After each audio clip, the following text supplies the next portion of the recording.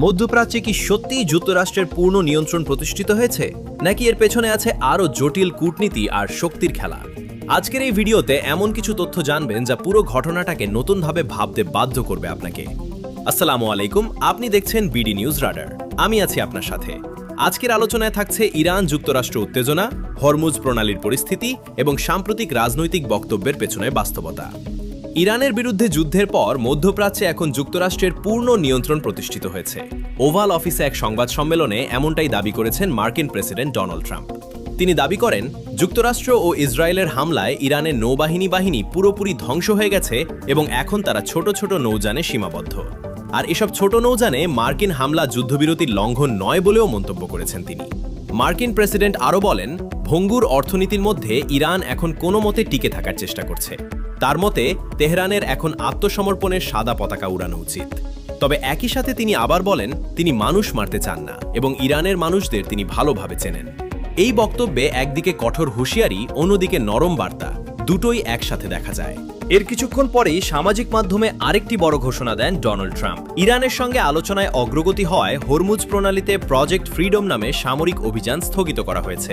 এই সিদ্ধান্ত কি আসলেই শান্তির ইঙ্গিত নাকি কৌশলগত বিরতি? নিচে কমেন্টে আপনার মতামত জানান। তিনি জানান, পাকিস্তান সহ কয়েকটি দেশের অনুরোধ এবং ইরানের সঙ্গে চূড়ান্ত চুক্তির অগ্রগতির কারণেই এই সিদ্ধান্ত নেওয়া হয়েছে। তবে ইরানের বন্দরে যুক্তরাষ্ট্রের নৌ অবরোধ পুরোপুরি কার্যকর থাকবে বলেও স্পষ্ট করে দেন তিনি। মার্কিন পররাষ্ট্রমন্ত্রী মার্কো রুবিও দাবি করেন, হরমুজ প্রণালীতে আটকে থাকা জাহাজগুলো জলদস্যুদের হামলার ঝুঁকিতে রয়েছে। তিনি আরও বলেন, এই পরিস্থিতি নিয়ন্ত্রণে যুক্তরাষ্ট্রই একমাত্র সক্ষম দেশ এবং তারা শিপিং কোম্পানিগুলোর সাথে নিয়মিত যোগাযোগ রাখছে।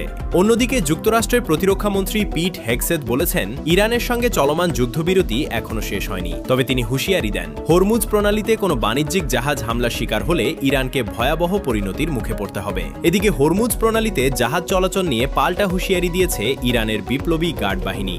তাদের বক্তব্য, তেহরানের অনুমোদিত রুট ছাড়া অন্য কোনো পথে জাহাজ চললে কঠোর জবাব দেওয়া হবে।